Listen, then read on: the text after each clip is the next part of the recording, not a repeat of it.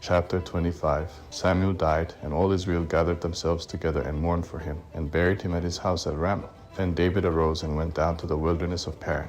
Here was a man in Mount whose possessions were in Carmel, and the man was very great. He had 3,000 sheep and 1,000 goats, and he was shearing his sheep in Carmel. Now the name of the man was Nabal, and the name of his wife Abigail.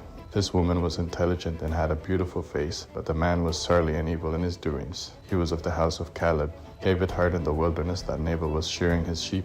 David sent 10 young men, and David said to the young men, "Go up to Carmel, and go to Nabal, and greet him in my name. Tell him, long life to you, peace be to you, peace be to your house, peace be to all that you have. Now I have heard that you have shearers. Your shepherds have now been with us, and we didn't harm them. Nothing was missing from them all the time they were in Carmel.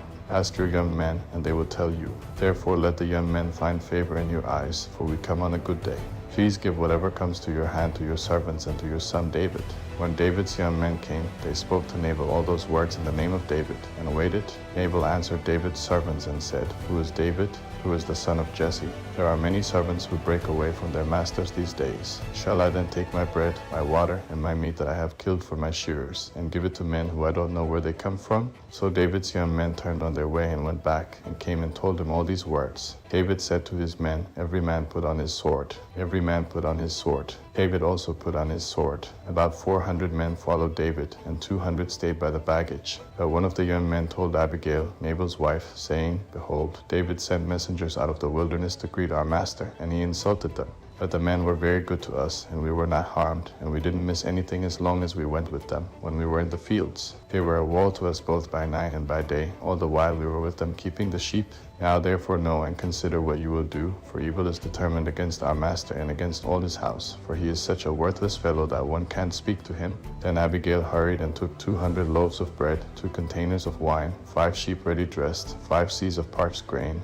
100 clusters of raisins, and 200 cakes of figs, and laid them on donkeys. She said to her young men, "Go on before me. Behold, I am coming after you." But she didn't tell her husband, Nabal. As she rode on her donkey and came down hidden by the mountain, behold, David and his men came down toward her, and she met them.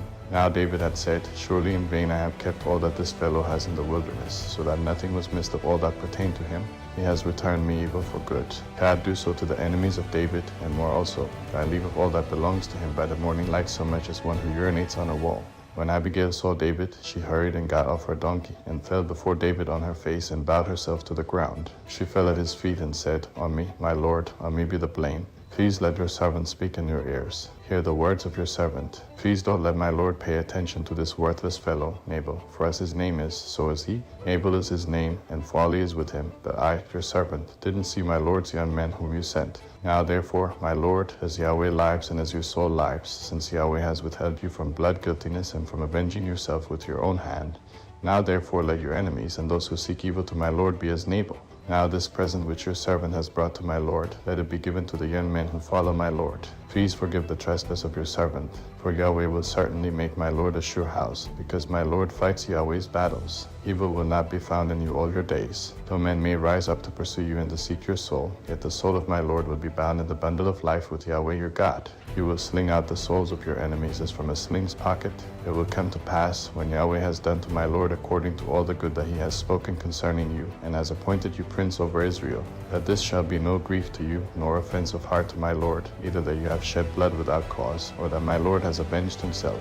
When Yahweh has dealt well with my lord, then remember your servant." David said to Abigail, "Blessed is Yahweh, the God of Israel, who sent you today to meet me. Blessed is your discretion, and blessed are you who have kept me today from blood guiltiness, and from avenging myself with my own hand. For indeed, as Yahweh the God of Israel lives, who has withheld me from harming you, unless you had hurried and come to meet me, surely there wouldn't have been left to Nabal by the morning light so much as one who urinates on a wall." So David received from her hand that which she had brought him. Then he said to her, "Go up in peace to your house. Behold, I have listened to your voice, and have granted your request." Abigail came to Nabal, and behold, he held a feast in his house like the feast of a king. Nabal's heart was merry within him, for he was very drunk. Therefore she told him nothing until the morning light. In the morning, when the wine had gone out of Nabal, his wife told him these things, and his heart died within him, and he became as a stone. About 10 days later, Yahweh struck Nabal, so that he died. When David heard that Nabal was dead, he said, "Blessed is Yahweh, who has pleaded the cause of my reproach from the hand of Nabal, and has kept back his servant from evil." Yahweh has returned the evil doing of Nabal on his own head. David sent and spoke concerning Abigail to take her to himself as wife. When David's servants had come to Abigail to Carmel, they spoke to her, saying, David has sent us to you to take you to him as wife. She arose and bowed herself with her face to the earth and said, Behold, your servant is a servant to wash the feet of the servants of my Lord.